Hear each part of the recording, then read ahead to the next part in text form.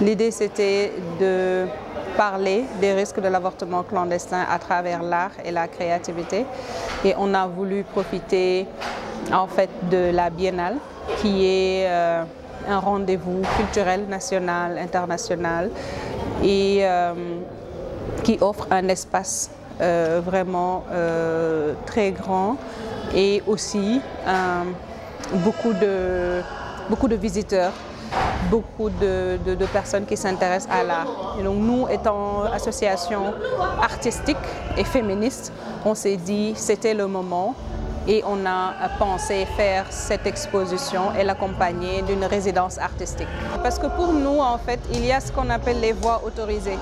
Les Badianou, quand on parle de DSSR, de droit à la santé sexuelle et reproductive, on ne peut pas en fait y enlever le rôle capital que les Badianou Gox doivent y jouer ou ont eu à y jouer.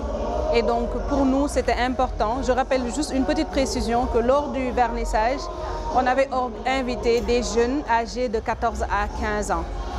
L'idée c'était d'aller sur les deux extrémités.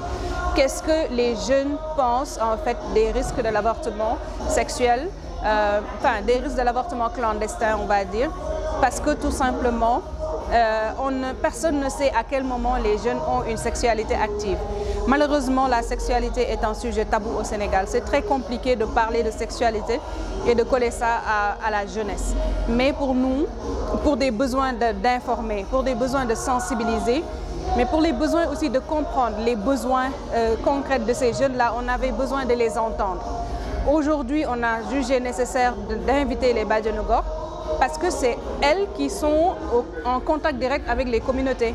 C'est elles qui sont les premières informées, surtout des cas de viol, des cas de violence conjugale, des cas de violence économique. Elles sont tout le temps sollicitées par la société et elles sont des voix autorisées.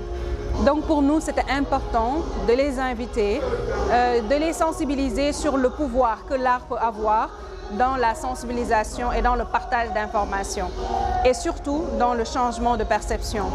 Donc surtout au Sénégal où l'art a eu à jouer beaucoup, un rôle vraiment important, surtout au niveau de changement de mentalité et de changement de comportement.